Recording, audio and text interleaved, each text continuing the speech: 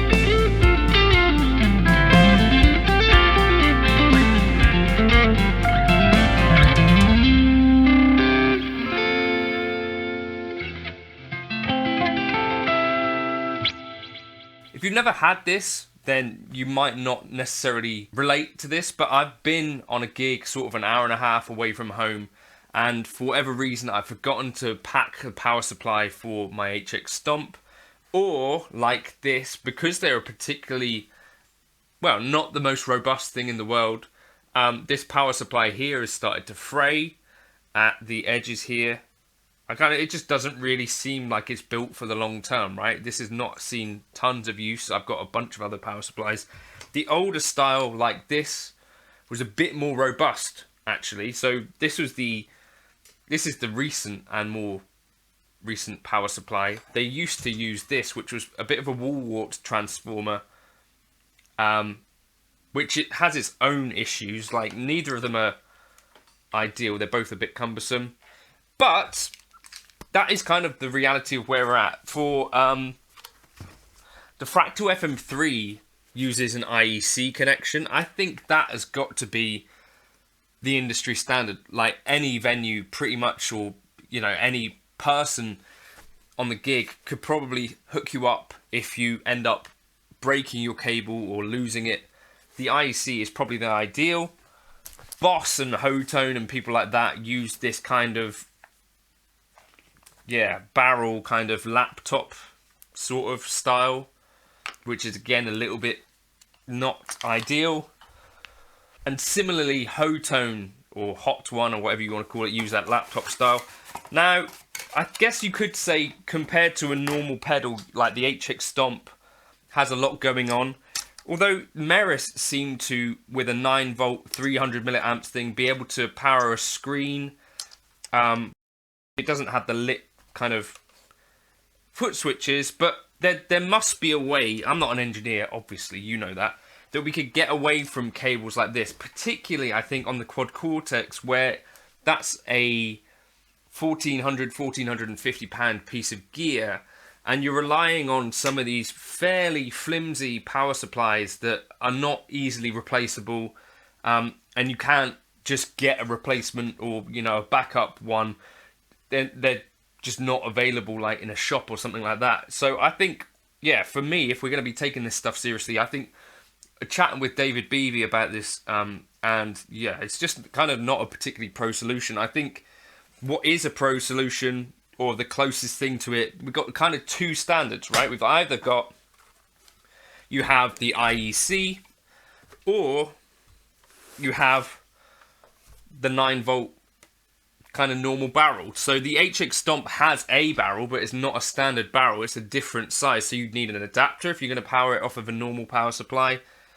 I just think we need to get away from that because, yeah, as I said, I've had a bunch of problems, and if the power supplies themselves are not going to last particularly long because they're not the most robust things, then what are you supposed to do on a gig? Yeah, I don't know. I can't really make that video any clearer, but it's a kind of a plea for help. I think there are other pedals out there that are somewhat non-standard. I don't know exactly, maybe I should research some of this. Like, when did things start to become a bit more standardized? Because you remember in the olden days, things like Ibanez and Rat pedals have these sort of they're plus 9 volts, but into like a headphone type jack. So those are a bit strange. I think Ibanez used to do that as well. But obviously, and yeah, now we're just used to the idea, well, you have a barrel connector, and that's just makes everyone's life so much more simple. And when you're charging sort of £600 now for an HX Stomp, I just think, can we do a bit better in terms of how we're going to power these things? I guess probably Line 6 are working on this stuff in general. I guess, what was this? The last product that they came out with, the Pod Express, is powered off of a normal DC input 9 volts. So that's kind of nice. So hopefully,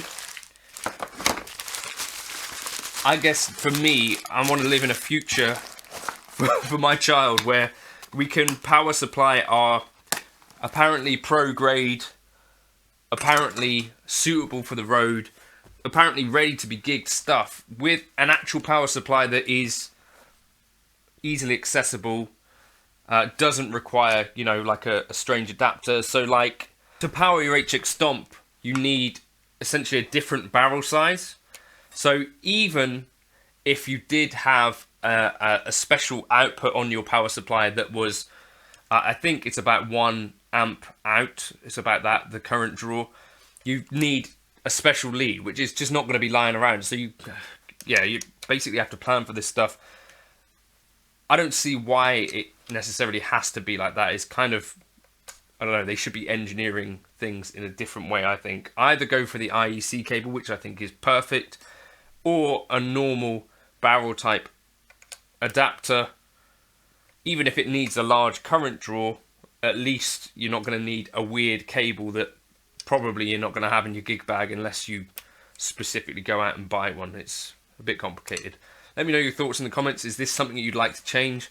Other things that you'd like to see these companies do differently? That, for me, is my pet hate with all of this stuff. It's just kind of frustrating, right? Especially when things go wrong. It's kind of, what am I supposed to do now? I'm at a gig without my HX Stomp because the power supplies are kind of junk.